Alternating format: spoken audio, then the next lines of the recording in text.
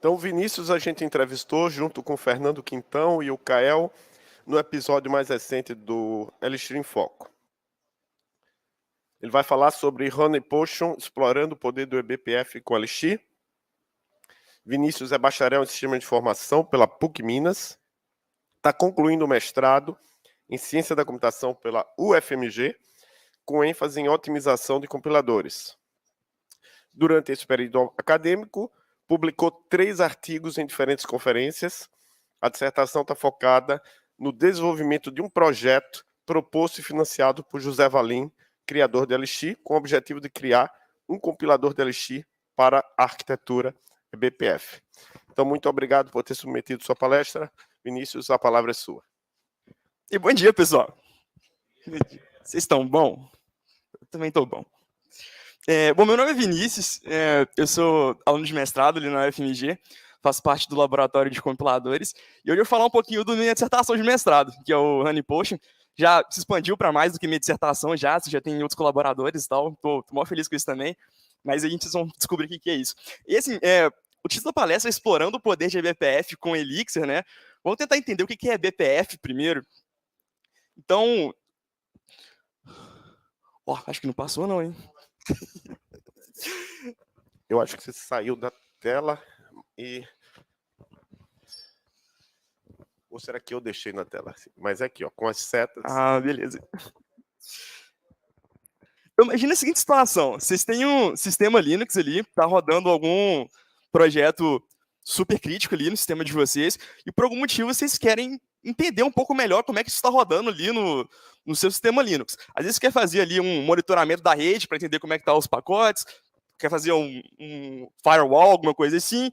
Às vezes pode fazer uma análise de performance também ali no Linux, ou então quer rastrear as chamadas de sistema, e você não quer parar de rodar o seu projeto por causa disso. É um sistema crítico, ele tem que continuar rodando, você quer fazer isso enquanto o Linux está rodando ali. E assim, o lugar que a gente geralmente faz esse tipo de análise é no kernel do Linux, historicamente. Porque o kernel ele tem uma visão privilegiada do sistema inteiro, né? Então, é ali que a gente coloca essa instrumentação, esse pedaço de código para analisar o resto do sistema. E lá nos anos 90 surgiu uma solução para isso, que chamaram de Loadable Kernel Modules, que são pedaços de códigos arbitrários que a gente consegue colocar ali no kernel do Linux. E a gente vai, tipo, atrelando pedacinhos de código ali dentro do kernel. Representei o kernel ali como coração ali do nosso pinguim. E a gente vai colocando esse pedaço de código. O problema disso é o seguinte, como são códigos arbitrários, se algum desse código, né, tiver algum bug ali, como ele está rodando no kernel do sistema, ele acaba que quebra o sistema inteiro. O kernel quebra, tudo quebra, a aplicação que você não queria parar também quebra, tudo para de todo jeito. Então, assim, acaba que surgiu alguns problemas assim, com esses Loadable Kernel Modules, que o primeiro foi de segurança, exatamente que a gente comentou ali, né? Se tem algum bug, o sistema inteiro para. Também tem um problema de complexidade, porque para desenvolver esses módulos do kernel, a gente acabava tendo que aprender muito como é que funciona os internos ali do kernel, do Linux, para conseguir desenvolver. Isso acabava demandando muito tempo. E a estabilidade, porque o kernel ele muda bastante de versão para versão, a API dele não é tão estável. Então, quando o kernel atualizava, a gente tinha que atualizar todo o nosso código de módulo também. E, assim, alguém pensou, né, ali, né, construindo em cima de outros sistemas, mas lá por volta de 2017, e se a gente fizesse uma espécie de sandbox ali no kernel do Linux? E aí, dentro dessa sandbox, a gente rodasse os nossos programas. Bom, e ali surgiu essa ideia do eBPF, é basicamente isso mesmo. Ele é uma tecnologia que permite essa execução de programas dentro do kernel Linux de forma sandbox. E ele, com isso, ele provê programas seguros, porque ele tem um verificador, é um analisador estático, que ele verifica se o programa está seguro para rodar, não vai ter nenhum erro, o programa termina, então não vai entrar em loop infinito. Então, uma série de verificações que ele faz. Naturalmente, por causa disso, os programas também são um pouco mais limitados, a gente consegue fazer qualquer tipo de programa arbitrário, mas consegue fazer uma boa quantidade.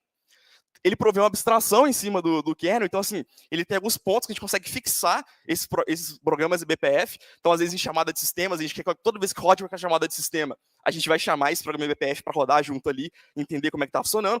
Serve bastante fazer instrumentação mesmo. Às vezes, na parte de pacote, 5 pacotes chegam no sistema operacional, a gente coloca a trela em um programa eBPF para rodar isso também, fazer a filtragem desse pacote.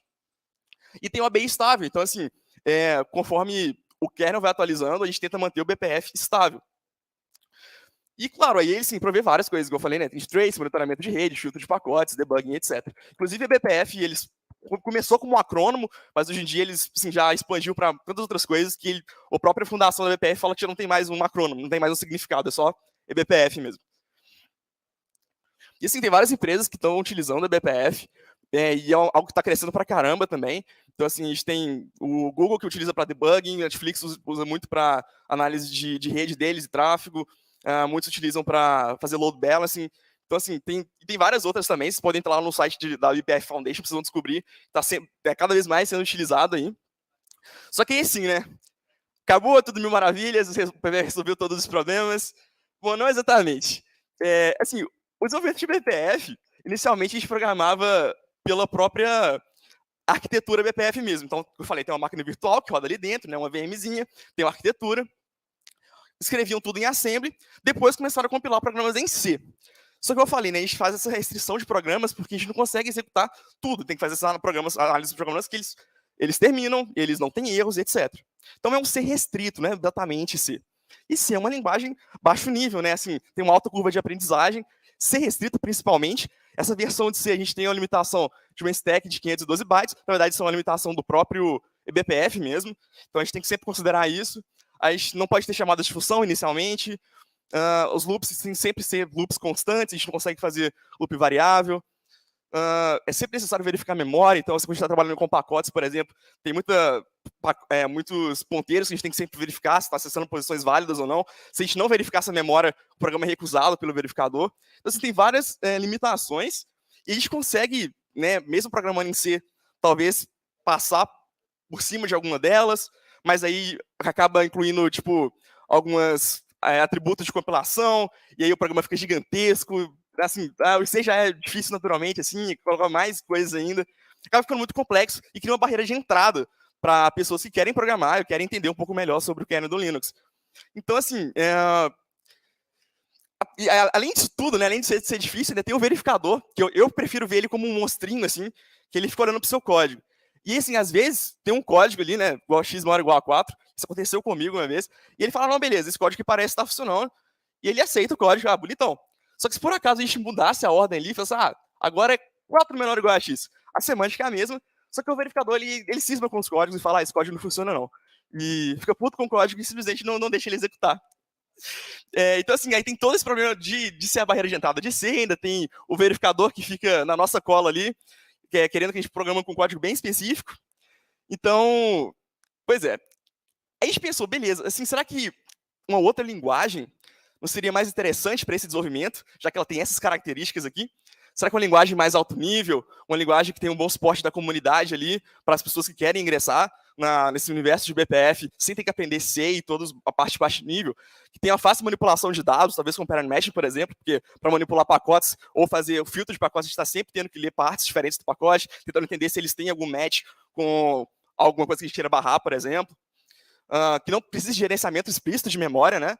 Porque lá em C tem esse gerenciamento explícito, a gente sempre vai verificando a memória. Que seja event-driven, por exemplo, porque, como eu falei, a gente acopla esses códigos e pedaços específicos do kernel que vão sempre ser chamados em alguma função específica, então sempre que recebe um pacote, eu chamo ele. E, assim, essas características lembram bastante alguma linguagem, né, que é o Elixir. Então, assim, o Honey, ele é exatamente essa junção do Elixir com o BPF, que o logo dele é essa abelhinha aí, daí surge o Honey Potion, né, assim, da abelha, mas o Elixir ali, essa poção ali, é a ideia do Honey Potion. Então, assim, a nossa ideia é quebrar essa barreira de entrada para o universo BPF, prover uma maneira mais fácil de você fazer essa análise do kernel do Linux, fazer essa instrumentação, poder fazer filtro de pacotes, poder fazer tracing, debugging do kernel do Linux, sem ter que passar por toda essa parte de curva de aprendizado que existe hoje, que é em C, esse C restrito, que tem essas várias penalidades ali. Então, a gente compila, né, assim, o Elixir para a arquitetura BPF, e também a intenção, assim, acaba divulgando na linguagem Elixir também, né? Então, assim, isso foi uma ideia que surgiu lá no UFMG, com os professores, junto com o laboratório de computadores, o Fernando, que é meu orientador, e com a pesquisa em Elixir, eles conseguiram uma bolsa, então eles estão financiando nosso projeto, a pesquisa com Elixir financia a minha bolsa de mestrado e a bolsa de outros alunos de graduação lá também, que trabalham nesse projeto e outros projetos com Elixir. E como é que o Honey funciona, né? O Honey é um pacote Hex, então a gente consegue adicionar dependência lá, que vocês estão acostumados a fazer hoje de dependência, e a partir daí, vocês vão criar um módulo normal, né? E dar um use Honey. Esse use Honey faz um tanto de coisa, a gente vai ver um pouquinho daqui a pouco, mas a partir daí, a mágica está começando a funcionar. O Honey já está ciente que você está usando um código Elixir ali, que você quer compilar ele para a arquitetura. Você pode criar tem que passar uma licença obrigatória por causa do BPF mesmo. A partir daí, você cria uma função, né, e você define qual que é o ponto no kernel que essa função vai rodar. No caso, existem pontos específicos. Esse aqui é uma função que ela está rodando sempre que a chamada de sistema interkill executar. E aqui eu só estou fazendo um print, falando assim, olha, sempre que essa chamada de sistema executar, a gente vai dar um hello world ali na tela. Então a cara do BPF é mais ou menos essa. A gente tem pontos específicos do kernel que a gente quer rodar alguma coisa, a gente tem a nossa função, e o Honey ele vai compilar isso aí e jogar no kernel para a gente. E como é que o Honey ele funciona internamente, né? A gente já tinha todo um aparato para compilar o C para BPF, e a gente reaproveita um pouco desse aparato, né? Então, assim, supondo que ali seja o Honey Potion, a gente pega o código que você escreveu, né, em Elixir, a gente faz uma normalização desse código pelo seguinte, né? Eu falei que inicialmente a gente não tinha chamadas de funções em C, naturalmente Elixir é uma linguagem funcional, a gente quer que existam chamadas de funções, inclusive chamadas de funções recursivas. Então a gente faz alguma normalização de código, por exemplo, a expansão de funções recursivas. Então a gente estipula, tenta calcular um limite máximo ali estaticamente, qual é o número máximo, faz a expansão de recursão, faz o inline das funções no código, até que a gente gera um código linear, né, que não tem backends, não volta no algum endereço anterior de memória do código. Pegamos a ST expandida do código Elixir, que tem os passos de otimização que eles fazem assim, na tradução normal do Elixir para rodar na BIM. Ele passaria por esse Honey expandido, passaria pelo ST expandida, a gente expande ST, adiciona alguns metadados, que a gente está chamando de HoneyX ali, e faz algumas otimizações nesse código também. Algumas otimizações de compiladores, por exemplo, a gente faz propagação de constantes, a gente faz propagação de tipos, então a gente sempre tenta utilizar o tipo mais próximo nativo de C, porque esse código vai ser compilado para C eventualmente. Então, depois a gente faz uma variação parcial, então assim, todas as otimizações que a gente pode fazer, se já tem algumas operações que estão sendo feitas, a gente consegue calcular estaticamente, vai ser tudo calculado estaticamente aqui. Depois a gente converte esse HoneyX, que é a nossa ST expandida de Elixir, para uma ST de C, que também tem os nossos metadados ali. A partir disso, a gente vai gerar o código em C, e a gente aproveita o resto do pipeline que já existia antes para compilar para BPF, que é passar pelo Clang e gerar um código BPF, e é esse código que vai lá para o kernel depois. Né? E aí o Honey também ele auxilia nesse processo de carregar o código que vai para o kernel. Vocês devem ter reparado que assim, a gente não utiliza a BIM. Então assim, a gente está aproveitando toda a sintaxe do Elixir e a gente está tentando emular algumas partes dessa BIM, né, dentro do BPF. E todas as limitações que a gente tem, que eu falei da stack e tudo mais, a gente continua tendo nessa na nossa VMzinha que a gente cria para emular essa BIM ali. Então, por exemplo, tratamento de exceções que a gente faria em tempo de seria todas feitas em tempo de execução, a gente tenta emular ali de alguma forma, né, adicionar uma camada fina ali de real-time environment, enquanto ele está rodando ali no kernel. Porque uma vez que ele roda no kernel, a gente consegue mais alterar o código. Então, assim, através da análise estática também, a gente percebe o que pode acontecer em tempo de execução, e a partir disso a gente cria essa camada dinâmica para cada programa ali, a gente cria uma camada mais fina possível para não desperdiçar recursos do kernel, e manda esse código lá para o kernel. E assim, a parte bacana disso tudo é que o Honey é feito em Elixir, então tudo que eu falei para vocês é programado em Elixir mesmo, através de metaprogramação. Então quando a gente dá aquele use Honey ali no início do código, a coisa bacana é que assim, o código injeta alguns códigos ali em Elixir mesmo, ele se reconhece, ele pega a ST dele mesmo, a partir dessa ST dele, ele mesmo se modifica, e toda essa modificação, tudo que eu falei ali das otimizações, ele mesmo faz com ele mesmo. Assim, essa parte de metaprogramação é super bacana em Elixir, e é algo que a gente super aproveitou, acho bacana pra caramba. Quem tiver mais interesse pode ir lá no nosso repositório, assim, tá documentado assim, como que a gente faz esse processo. Alguém tem interesse também, às vezes, em parte de compiladores e tudo mais, algo bem legal. É algo que o José Valim está utilizando no NX também, no Numerical Elixir. A gente tentou pegar um pouquinho lá, também faz um certo tipo de compilação lá. O projeto está no GitHub, então vocês podem entrar no link, eu vou deixar ele no final também, deve estar em outras partes aqui da palestra, a gente deve colocar ele lá no nosso grupo e tudo mais. O nosso repositório já está com 195 estrelas, então quando vocês acessarem lá, dá uma estrelinha pra gente também. A gente está com 6 contribuidores, então, assim, alguns são do laboratório, outros não. A gente teve contribuidores internacionais também. Está com uma visibilidade interessante. O José Valim mesmo, ele tweetou sobre o projeto também. A gente tem uma parte de issues, uma parte de discussions também. Então, assim, caso vocês tenham interesse em conhecer um pouco mais, tem alguma dúvida, ou utilizarem o projeto, descobrir algum bug, vocês podem colocar lá nossos issues também. Mas é isso, galera, no geral, assim, tá aqui as referências, né, o meu contato. E obrigado pela atenção. É isso.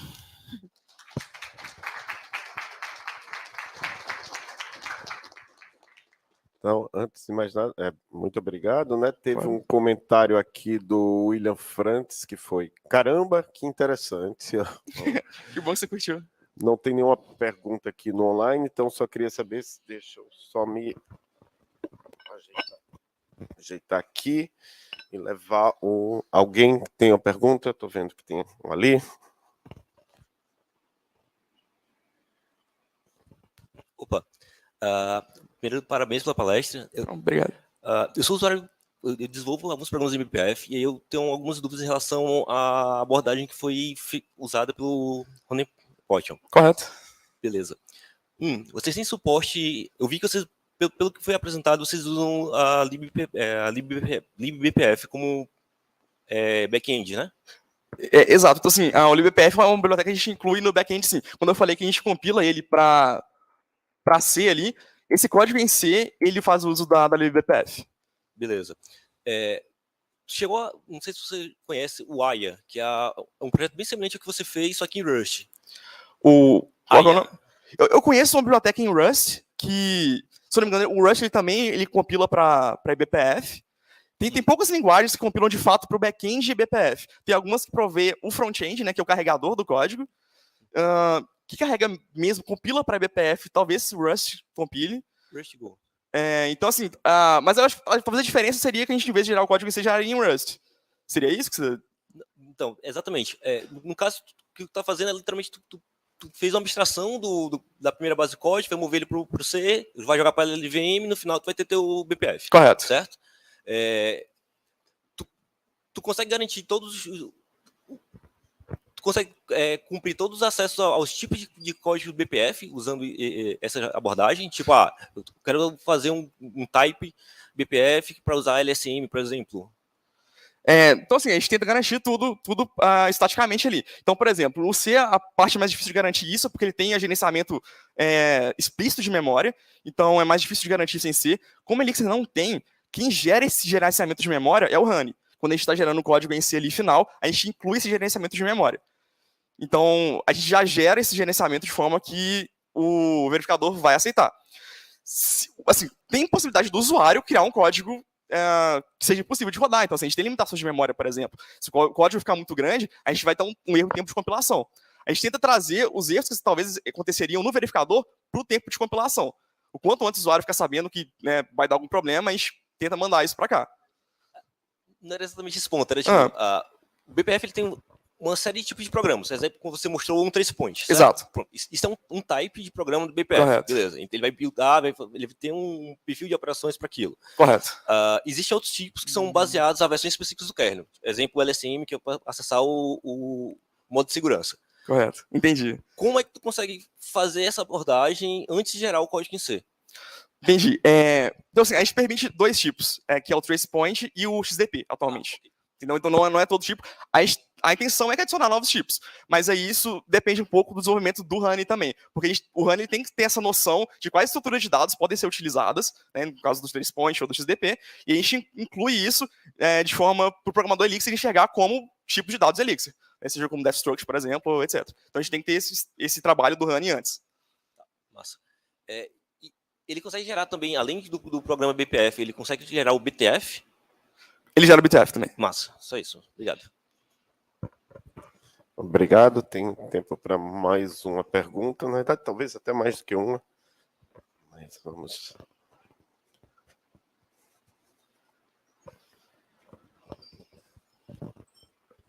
A minha pergunta é mais relacionada a como seria entrar meio que no mundo de mexer com eBPF, ou outras palavras, como seria um Hello World que a gente pode fazer só para sentir um pouco do poder de mexer com kernel, né? Ontem mesmo mencionaram, na palestra da Charlotte perguntaram como é que fica para trabalhar com rede, né? Eu lembrei da palestra do eBPF aqui, que dá para mexer de alguma certa forma com isso. Você tem alguma recomendação, assim, fulano, full stack developer que não entende nada de kernel de Linux, queria brincar com isso aí, o que eu poderia fazer? Bacana. Então, no nosso repositório lá do Honey, a gente tem alguns exemplos de código simples que mexem com o que o Honey já permite. Então, assim, um exemplo de Hello World, eu cheguei a mostrar esse aqui, que não é com rede especificamente. O EPF ele permite algumas coisas além de rede, né? Então, permite tracing, por exemplo. Nesse caso, a gente está fazendo um tracing.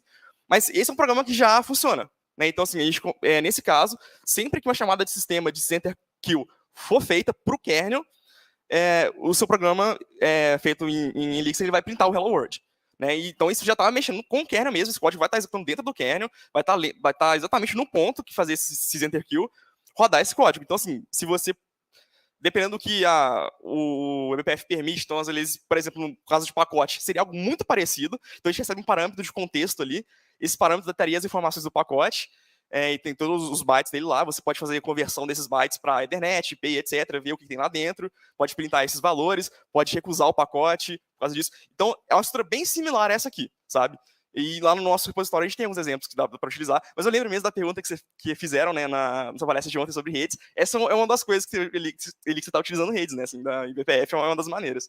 Posso até fazer uma adblock direto no eBPF e dizer assim, bloquear todos os sites de propaganda e funcionaria, uma coisa assim. De certa forma, sim. Eu acho bem mais difícil porque assim, a gente está num parte bem baixo nível, né? Assim que o pacote chega no seu sistema operacional, é onde o eBPF vai ler. Então, assim, ele não sabe de nenhuma estrutura de pacotes. Vai estar um monte de zeros e uns lá. Você, como programador, que teria que entender assim, beleza, aí você vai verificar se é um pacote Ethernet, verificar se é um pacote IP, verificar se é UDP, TCP, etc. Então, daí, para você conseguir entender se tem algum anúncio nisso tudo, ia ser um caminho muito longo. Talvez até estouraria o limite que o eBPF aceita. Mas é uma possibilidade, de fato. Pô, bem legal, obrigado. Nada. Mais alguma pergunta? Não? Então, obrigado. Eu que agradeço.